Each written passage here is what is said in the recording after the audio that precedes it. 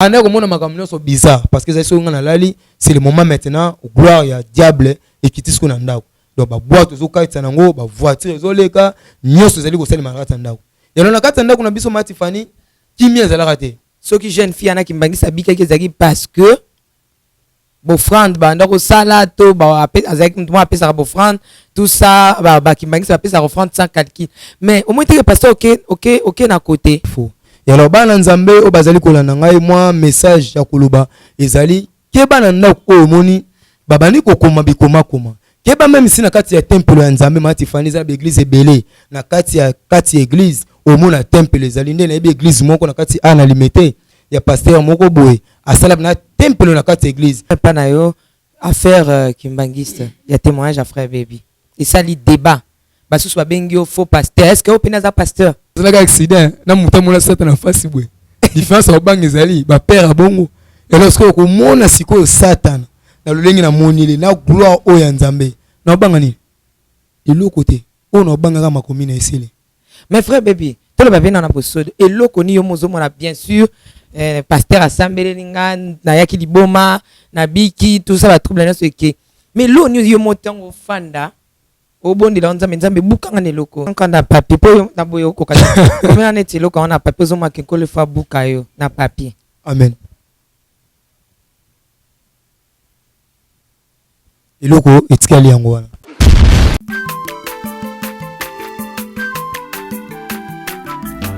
azamwana motote po akosangai abongwani pete po awangana nzambe ya le nazarien le nazarien le nazarien le nazarien bana kitoko kuma mukundima atako babakolaki mafuta na musakolima lelo ya yobolingo bateli le nazarien lipamboli oyo mona na katempeni mama kandelobi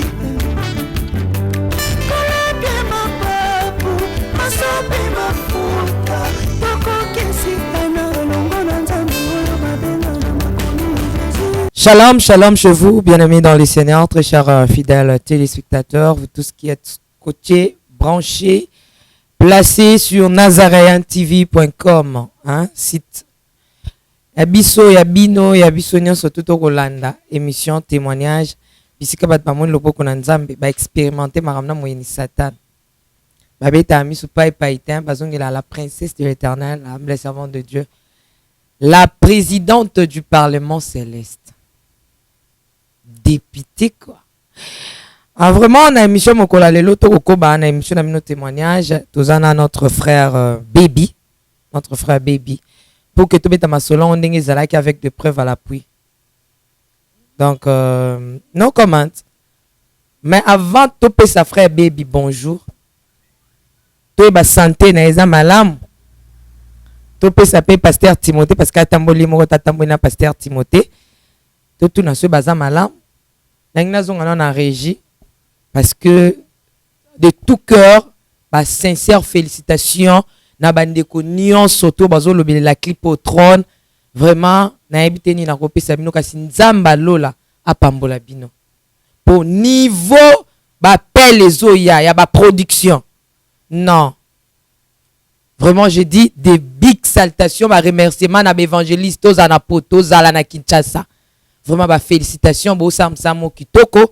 Oizo senga remerciement parce que clip ndenge bo lobele lango ba recherche bozo sala et sala ke na zwa ba pelle ya ko beta vraiment nzamba mona bino yango tozonga na lelo msuna chate ka clip trône tozonga kuna to kendolanda clip au trône bon tozonga to pesa frère Baby bonjour à vous.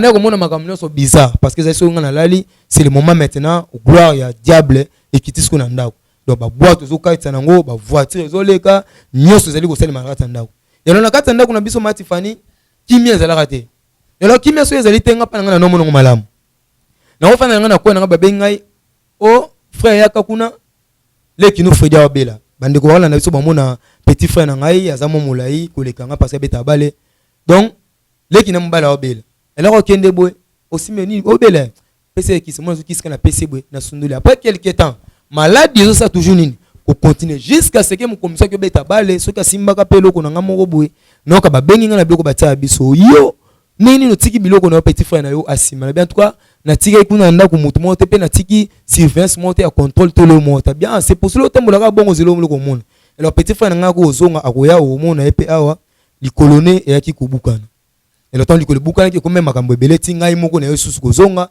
na zuli colonial na transmettre encore puissance ya mabe alors likolo e yako zonga jusqu'à ce que azongela susu na kati ya makambo na ye ya bale et la matifani lupangu mubimba ezalaki dominer la puissance ya nzambonga na nosale donc okota na lupangu comme ko finga ngai te ezana bate belé o baleki wana ba moni ya bango makambo misusu pa pe ba lobi loko mabe o manifester pe loko mabe grand sœur na ngai moko azali mutu oyo ya canal na ende to yoki pe kokoma na ko makolo ya papa Timothée Sœur Bijou et alors yeba betaka pe to komona mama Tifani azanda kunya libala mais to kobengisa ye papa kobenga ye akozana na biso awa okozwa ba témoignage encore misusu pa ina ye et alors babetaki mbasu tant babeti mbasu et alors bamekaki un peu koluka koya na ye et alors tant bayaki na ye et alors ngai na monaki loko sala te na blokaki mbasu wana na kindoki na kikozwa bakisi musu na pesi na tunie eloko esalemi na sala nini pona eloko oyo ebandi kosalema abino na eloko oyo esalemi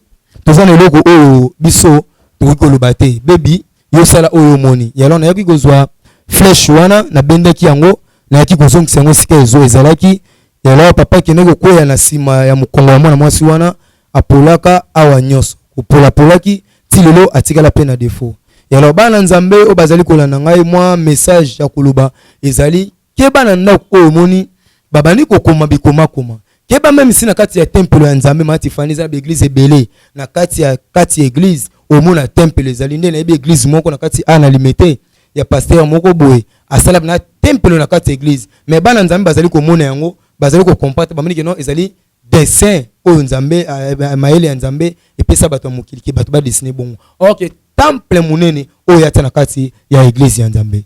Merci Matifani. Merci. Tout ça là, on pause. Tout ça là, on a tous éléments moko. Si ma touré pas papa Timothée parce que un passage non une explication à makambo ya kimbangi c'est créer débat. Baxel n'a pas vexé biblique. Mikolo toi quand même vexé biblique. Merci de retour sur ce plateau de Nazaréen TV avec notre frère Bébis. Michael aussi. Frère Baby Michael. Voilà. Na pasteur Timothée, moi mikolo to étudier ba signe trop. Pour la nibolati noir. Puis ça n'a pas micro. Pour mikolo makamba ba signe ndeto vandelia. Oh, avande mpandi moko pona nini. Oh, azota la biso na kapona nini. Ngape na moni signe. Pourquoi bolati noir l'homme de Dieu? Le signe noir, et couleur noire est couleur à Satan. Non. Moni eza lokola na réponse moko oyo frère Bebazo déclaré abi neti bamtumsu abenga Yesu. Bon, et lo connait ce soit sens selon conception o mutaza nango. So za na conception na yo oyebi ke ngai ata na ibi na ata mino silinga na biga Yesu. Ata donc ndenge nyonso oyo obengela azanzamba comprendre nae. Voilà. L'essentiel que la conception na yo est à la durée qui pas nae. OK. Et tenga mananzela mosuti. Mais siko bato bazoza na kata bo soloka, bangonde siko ayebi ke ta na obenga, aosala ba abrégation, aosala ba code nae, azana conception o yazo bengelango. Da codé. A codé kodango ayebi ke lo na bengi na Jésus te, na bengi Yesu ya Yesu. Voilà. Yesu. Bango siko na conception na bango. A tirer attention na oyazo sala. Siko biso ataneti mama na biso mukola kolanda biso abi lokola banda mino elongwanga pe na kokana nga kobenga na malamu te donc Na bien, ata ah, bineka Yesu donc Yesu. la conception na ye Hein. na ko pesa exemple moko omoni mukolo Josué azotemisa moi Ok. alors selon nature ezali que Josué abi moi telema arrête-toi le soleil moi telemi oh selon science na évolution ya science ya science lelo eza moi telemaki eza mabele ne temaki parce que la terre tout autour du soleil alors ce que tant alobi arrête-toi arrêtez moi nzo moi temdetema mais tout ya dynamo ezo sala ya mabele ne arrêtaki ça veut dire nzamba comprendre sujet ya Josué zake azana besoin telemisande atemisande mabele mais ce que lokola ya zomona ke moi nde lalaka etambola nzo neza mabele mu dezo tambola moi eza ya hotelema nde ya mu nzambe habité a comprendre azana besoin que mabele etelema mais ya bisi moi arrête alenza m'arrêter mabele Pasteur Timothée, conception voilà, tout n'est pas na yo affaire kimbangiste. Il y a témoignage à frère Baby. Et ça li débat.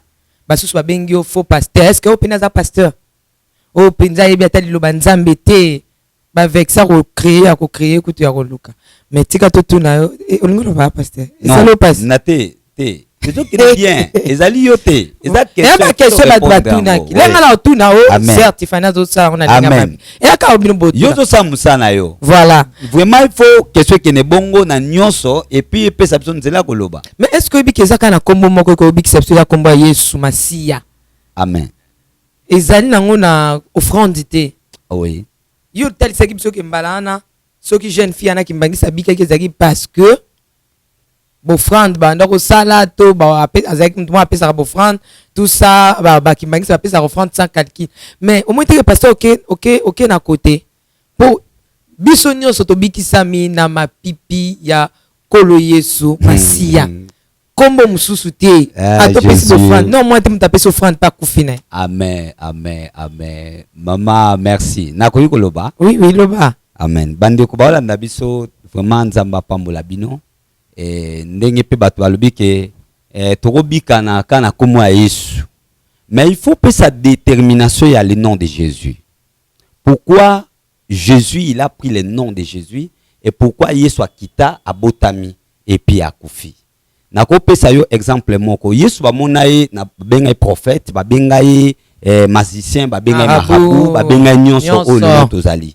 Alors mukolo moko Yesu akota na kati ya Maya Jourdain pour azali batisi na ye et c'est que na lobela le nom de Jésus et portance nango et puis Yesu azanani.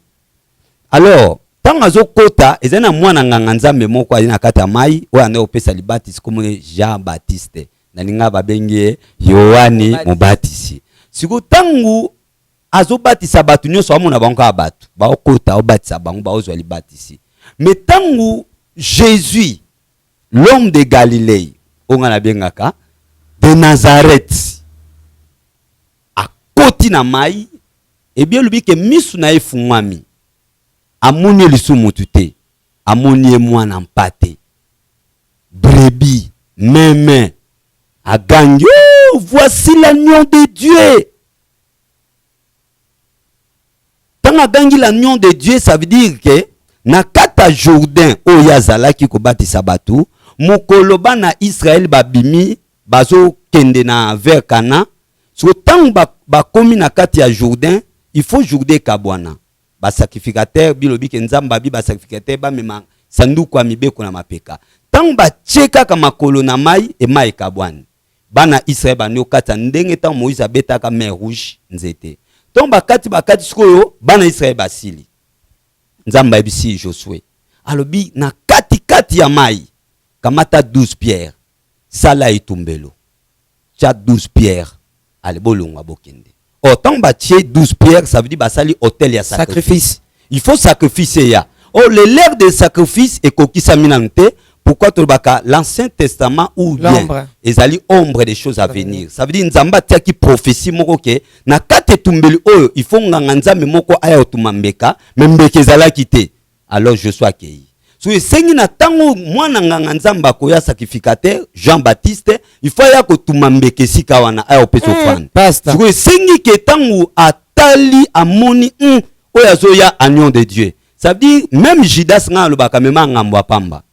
Judas a mema ngamba pamba po mutateka Yesu pe mutaboma Yesu selon la révélation mutabomaka Jésus zanani ezali Jean-Baptiste pas ça qui sacrificateur il faut akamata mbeka oyo ezokota na mai lokola mutute mais lokola agneau de Dieu akata ekingo abomela ye wana. Donc Yesu akufaka na kata ya mukolo wana tanga moni boya juillet ko batisa zo batise na baptiste olbanini ko kufa na Yesu ko sekwa na Yesu. Ça veut dire tanga zo kotise na mai, ça veut dire abomier déjà ateruche likolo ya etumba. Basta tubeta na nzambe maboko na bandako kuna ba question des ali. Voilà. Na beti mabome ba question des ali. Merci maman. Ça veut dire nani kolbake Jésus otokangaka au nom de Jésus ndokiakima, ça veut dire tozwaka au nom de l'offrande de l'Éternel.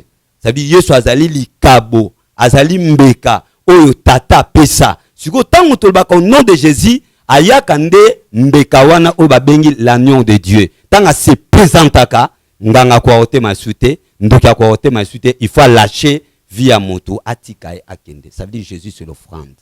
Tant moto le belake ne frère beba le baki ba courir ko joie était parce que l'offrande était là. Et si ka offrande des ali sacrifice monsieur ko sa maté. Ah, donc le baki on a sens wana. Amen. Donc le baki on a sens ma bonzate batia ba ko peso ma bonzate po babi akaisi kenenga zo ba moto pese ba mbongo. Po babi ayo ko lukande mbongo na internet. Au moins t'as bani déjà makambu ya bofrande. Oui, bofrande. Oui, bakoki koloba parce ba comprendre te. Est-ce que ceux qui na lobi ke bato ya opesanga mukili mobimbo ba ya opesanga bofrande te. Nganga Nzambe Hébreux chapitre 8 verset 3. Babi tous les sacrificateurs établis pour présenter des offrandes et des sacrifices. Il est donc nécessaire azalana quelque chose à représenter. Ça veut dire prière sans offrande. Maman Tiffany et Yanula Mati. Tangalanga prière nini oyo ezana kata Bible basala ba présenter offrande ite. Nzamba yanoli ezate. So tangi na Juge chapitre 6. Mais batum presque belo so kutana bango sans offrande abikisa bango. Oui, kobika yesu mo aza offrande. Tango temi liboso ne yaza offrande tata. Tango temi de liboso offrande, il faut vie pesama. Mais ça peut le lengue mo la tokota na présence ya Nzambe et tozoko tena na présence ya offrande. Bon na kopesa yo exemple moko. Mutakoyi kozala ana problème. Abundia prier mais moi kolongola problème on été. Azape na mbongo na maboko. Azape na bilo na maboko. Azape le sam na maboko. Mais pourquoi benga pasteur? So les apona bombele bato bazwara biano bango moko. Pourquoi il faut benga pasteur? Faut benga pasteur parce que pasteur azanga Nzambe bilobi na mukanda ya deux chroniques. Et l'obike, confiez-vous à Dieu, vous serez fermé. À ses serviteurs, vous réussirez. Vous réussirez. Donc, ça veut dire que Nzambe akabola misala. Nzambe akoyi ko sa musa nyonso te moko. So ipona bongo, mbeleka mutu esiga azali abelela ka Nzambe moko tina obenga su musa na Nzambe zati kuza facile.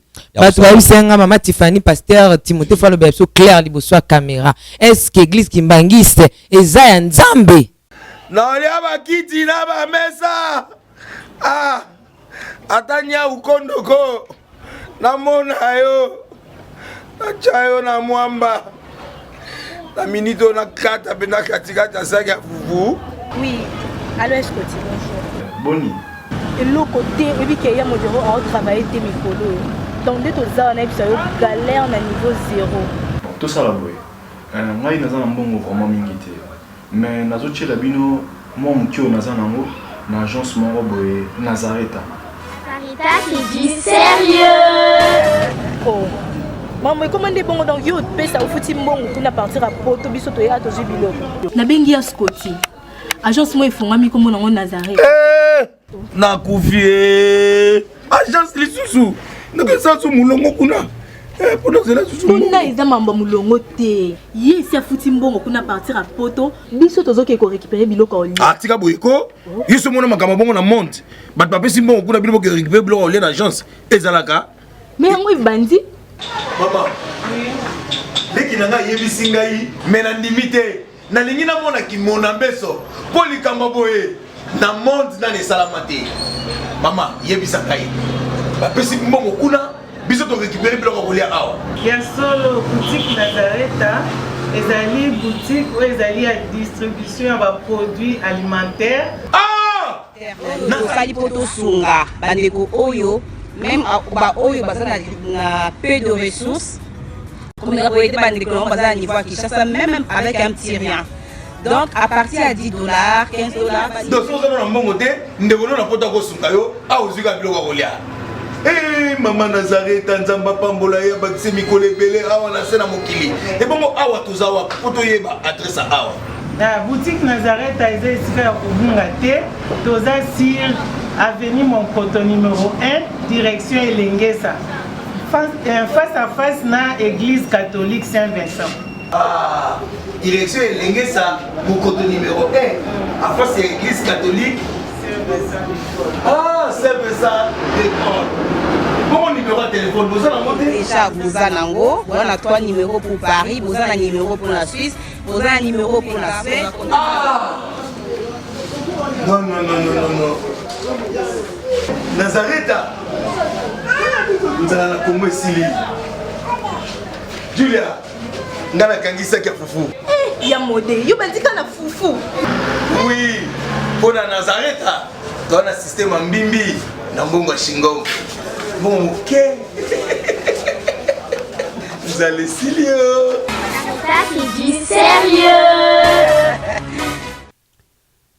Église kimbangiste, tant mutazo tuna eza ya nzambe.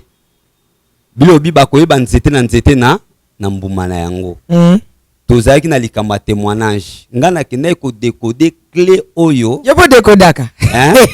Oui. Na yo po décoder. Ngai nazama kasi na ngezala kande code. Code.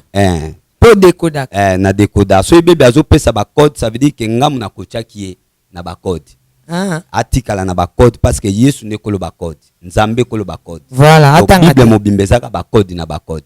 Alors soko zo ke na ba code omulo kende bien et puis maela bato ezokola so zo kende ka boye libanda tango lo bakocha ke ba bato pop mikoto otide ba signe na maloba ya komo kodaki disons okocha ki atanga ba kombo ya bato pe na lobinde ba code ça veut dire que eloko nyonso zo salela mo code tiango code ko mutu aza maela molimo santu omoni kande na lobi boye même terre na démontrer bible eza mutu mususu aota la bible a comprendre na okati.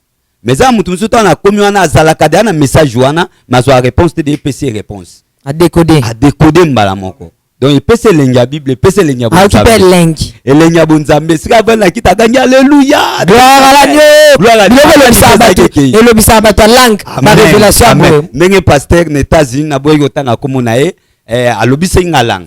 À partir pourquoi a décodaki kombo ya frère Michael. Voilà. Abi isa soube biteza Michael. Oh kombo Michael déjà pas na ngezalaki mais zalaki na kati na libimité ya décodango. Alors que beaucoup molimo moko il faut que conviction, ba confirmation de l'esprit. Gloire à Jésus. Église Kimbangi c'est nzambe. Moi j'ai bimisi Kimbangiste. Non, Kimbangiste et bimi pour l'église té. Et bimi parce que oya bangwa seretuvaki. Yo mo lobaki alimeta zalaki. Voilà. Ya alimeta zalaki ya bandala zalaki.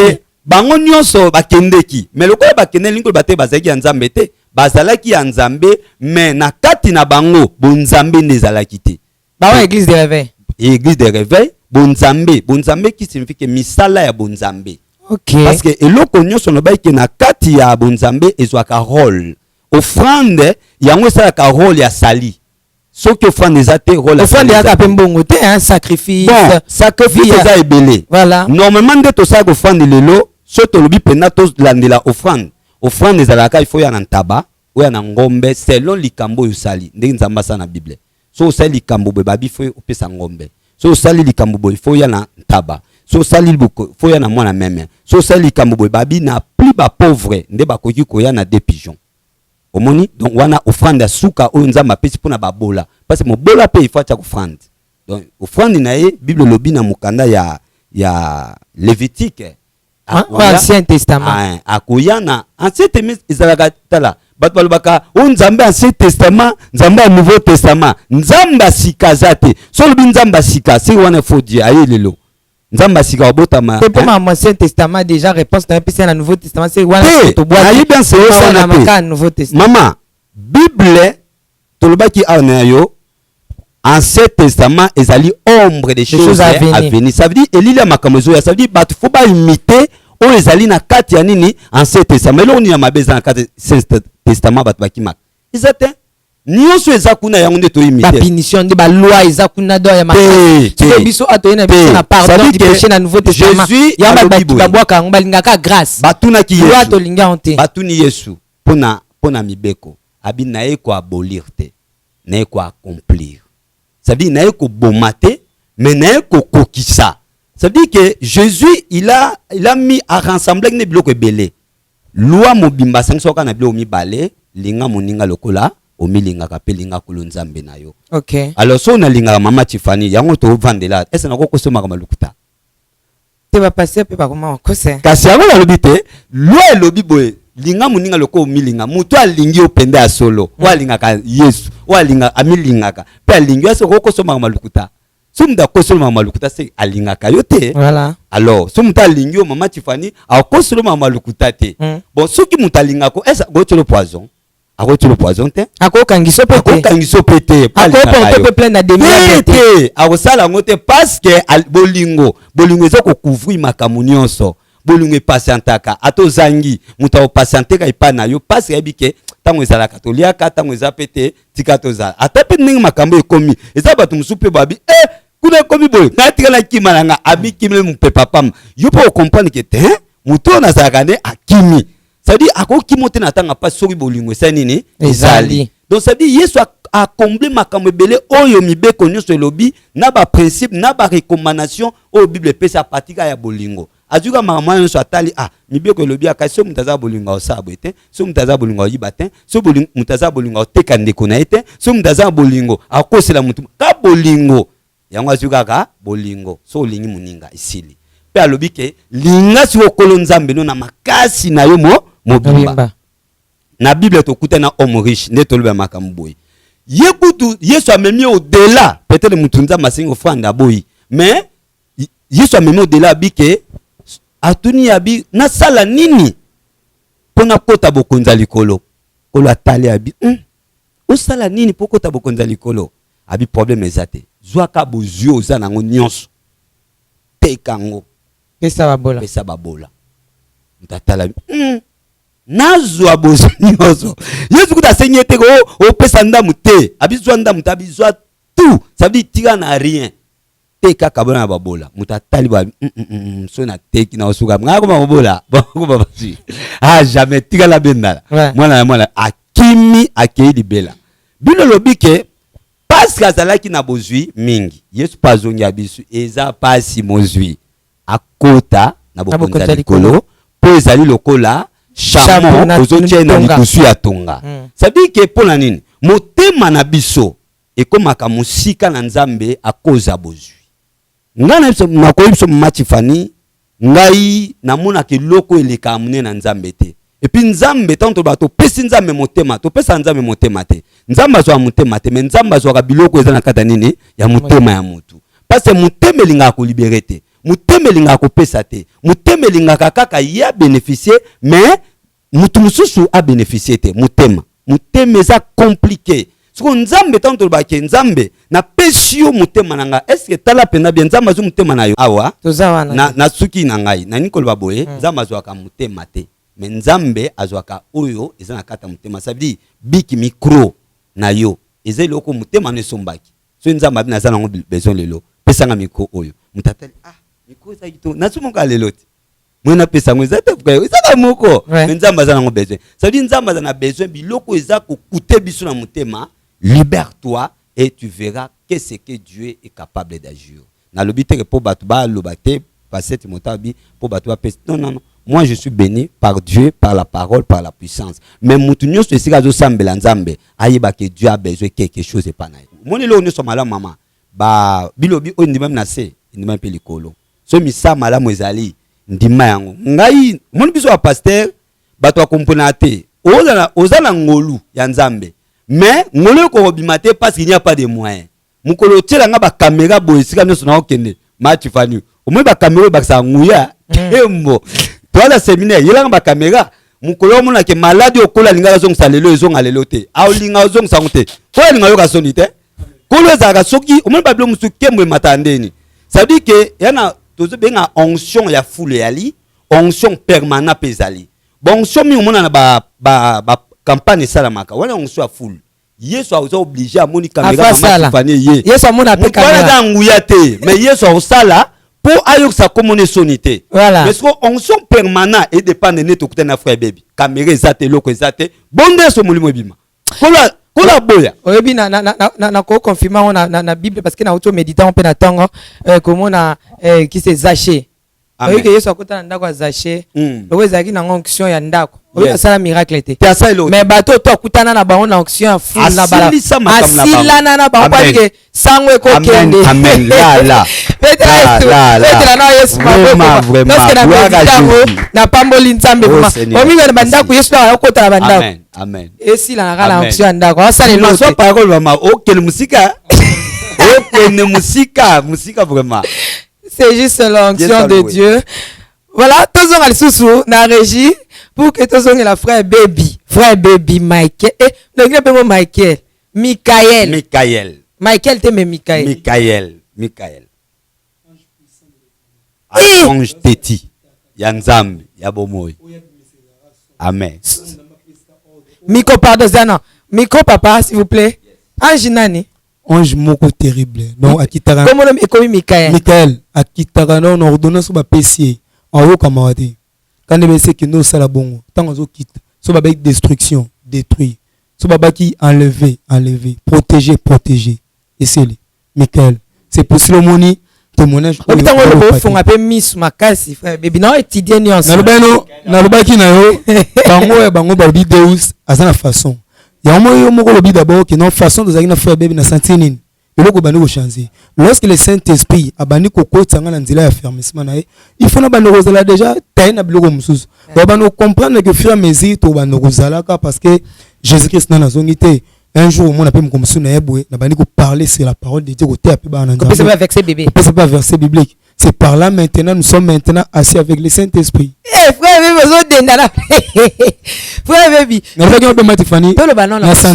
Na santé qui lelo, papa ni na kia, lelo na santé elo mususu. Pelem c'est ça robanga, onction banga pezali. Ah, matifani. Elo comme dans la accident, na mutamula sata na fasi bwe. Différence robanga ezali, ba père abongo.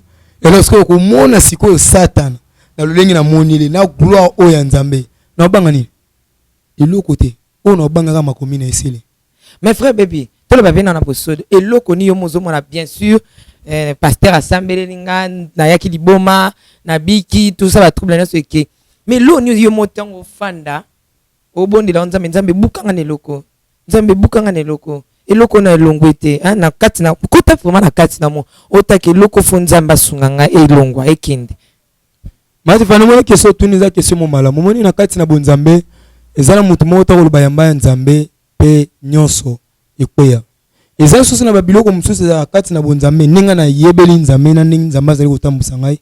Ezala babiloko mususu elongwaka lorsque obani ko fanda ka toujours na sia maloba na ye na sia ba prière. Ndesela kanini ebani kolongwa. Nde toza batu. Ezala ba réflexe mususu kozala na yango. Ezala ba posa mususu kozala toujours demeurer nango. Mais ce ne veut pas dire que non, on continue toujours ko demeurer na kati na ye. Et c'est toujours un point où il y a à la base que l'Éternel dit qu'il a besoin de tailler. Parce que dans le fermissement, au monde, il y a des étapes où il faut les les 3 étapes. Il faut un chrétien consolider, inébranlable, un peu se raciner. Donc, l'étape, on a tout, on attend que fan de Katina yo, et ça n'a pas reproche, musoute, oh, yo mo bano salabo, oh bano fan. Comme là, quand on a papier, pour na boyo kokata. Comme là, n'est-il là quand on a papier, on a quelque chose fa bukayo na papier. Amen. Et loko etikali yango wana. Ah gloire à l'agneau. Merci. Parce que oh frère bébé a combien?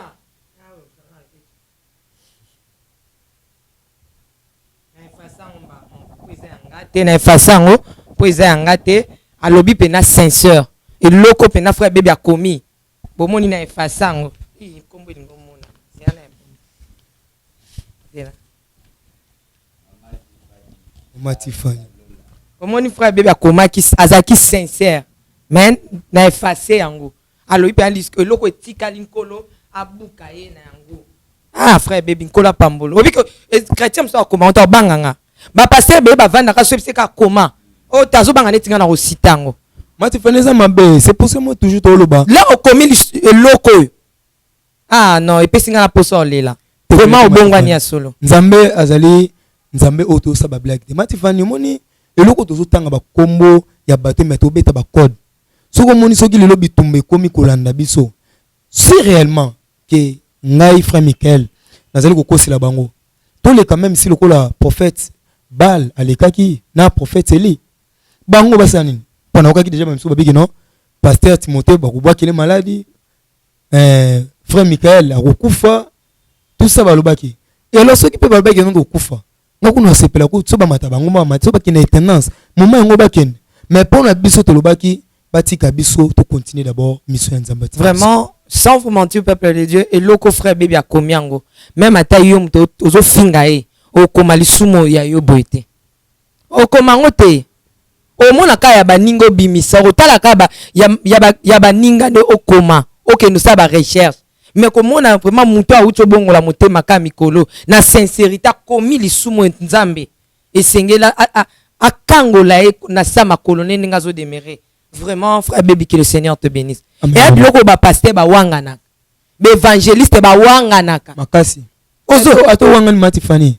Suka kaka bamu bazomba banzema ngo atala nini motema elo loko ni tongo papa na ngalobi o na pesi Nzambe motema o pesa Nzambe motema na makambo mabe Nzambe za na besoin o ezali cher o yo mo bana ko mitala ozo mo évangéliste awanga na pinda na voix na emoka awanga nango mais frère bébé andimi abi kolokangolanga na molimo kolokangolanga netinga pena koma ya ngai Nzambe azolo ko Mati Fani.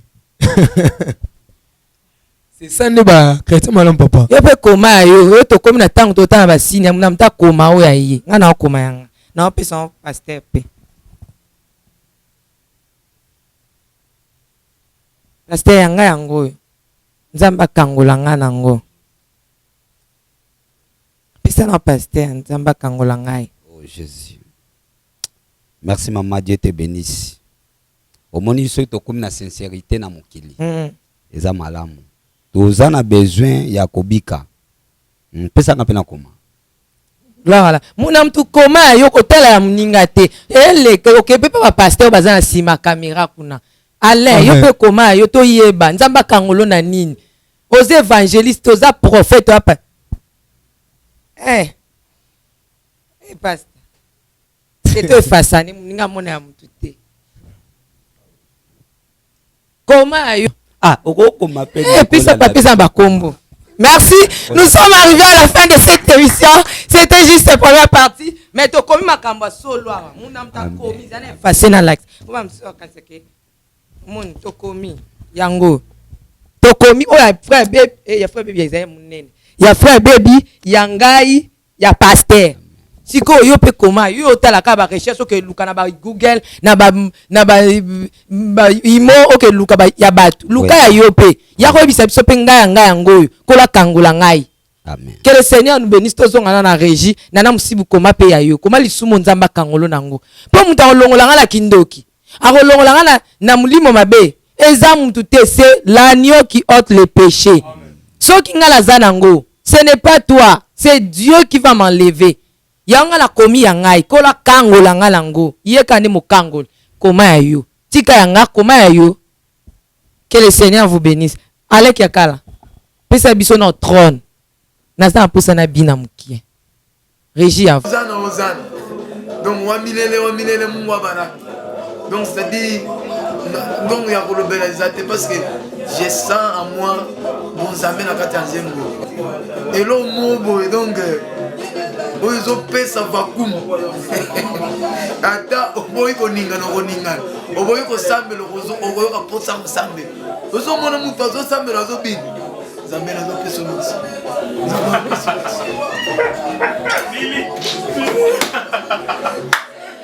donc parce que basi ebele bayemba kaka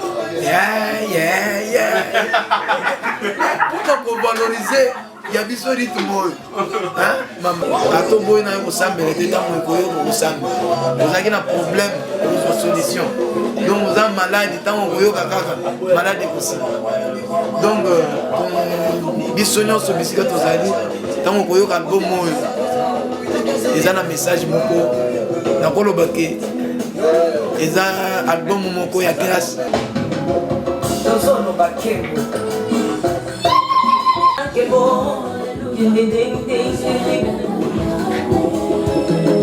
gloire à l'agneau baje bayebelaka yesu bakomizaka nzambe bandetolaka yaya nanga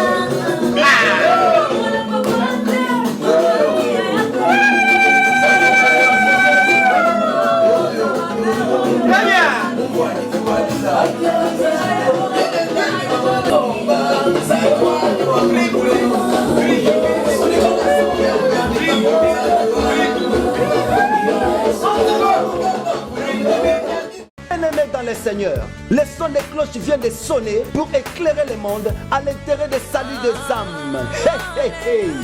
Les Nazaréens Productions vous présentent la princesse de l'éternel Tiffany Mokwa dans l'album Trône en featuring avec le pasteur Henri Papa Mouladia et le frère Billy Bilombage avec des chansons comme Kembo Alléluia Osana na Yahweh Oezo matanga na motema ezebele Yango na yebisi yo d'âge en âge et les quatre êtres vivants disaient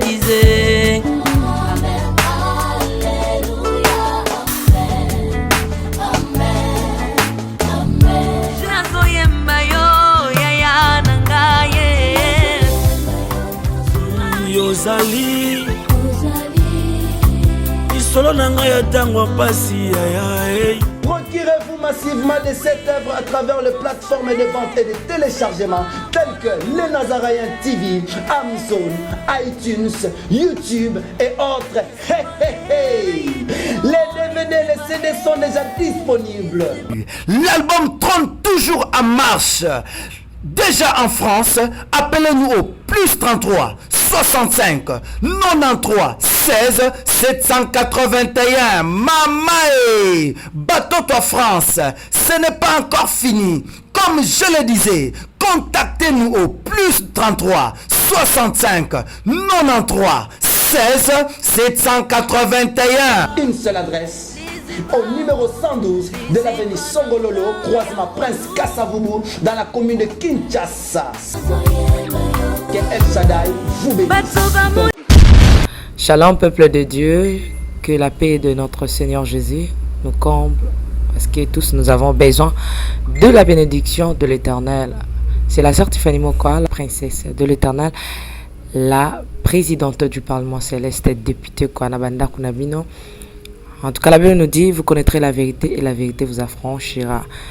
Nouvelle Ezakaka, tu peux communiquer, information, c'est que les Nazaréens ont moins souci, vraiment souci, mon côté technique. Voilà pourquoi nous vous supplions, nous vous demandons, s'il vous plaît, d'ailleurs que vous accepterez biso na banda kuna bino ka lolenge tozali. Vraiment to senga na bino na bolinga nkolo, bayo bolinga ka kolanda mingi les Nazaréens. Vraiment, bosunga biso, bo s'abonner na les Nazaréens News. Donc, neka ke komami wana les Nazaréens News parce que les Nazaréens au ya Kinshasa ne oboye baki liboso ezu un petit problème technique. Donc, moi et toko tsaba vidéo, il y a milai eza vraiment pour l'instant.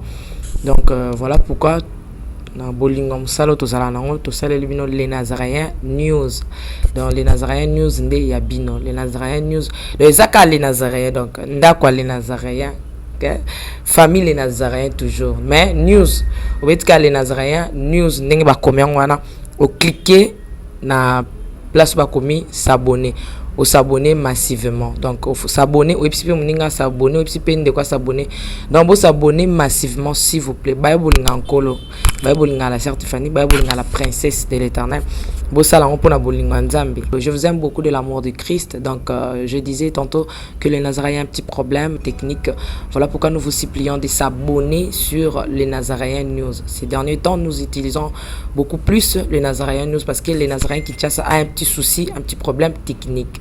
Que le Seigneur nous bénisse, que le Seigneur vous bénisse parce que tous nous avons besoin de la bénédiction de l'Éternel car la Bible nous dit c'est la bénédiction de l'Éternel qui enrichit, ne fait suivre d'aucun chagrin. Au moins, quand émission au Tali, attaque au Tali, Donc tozo suka kana ba minute cho ba 1 minute 2 minutes 3 minutes parce que moi to ke mula ezate donc ba témoignage Hollande table centre Hollande mission ka ucho Hollande oyo attaque oyo Hollande ya muke oyo donc cliquez lien oyo za na se wana après titrage kazo elandaka wana donc soko moni titrage na se wana omona lien alors cliquez lien wana et remember directement dans les Nazarayen news donc cliquez kaka donc au tali attaque omona titrage ezawana parce qu'on a c'est à titrage wana omona lien final lien wana et remember na les Nazarayen news.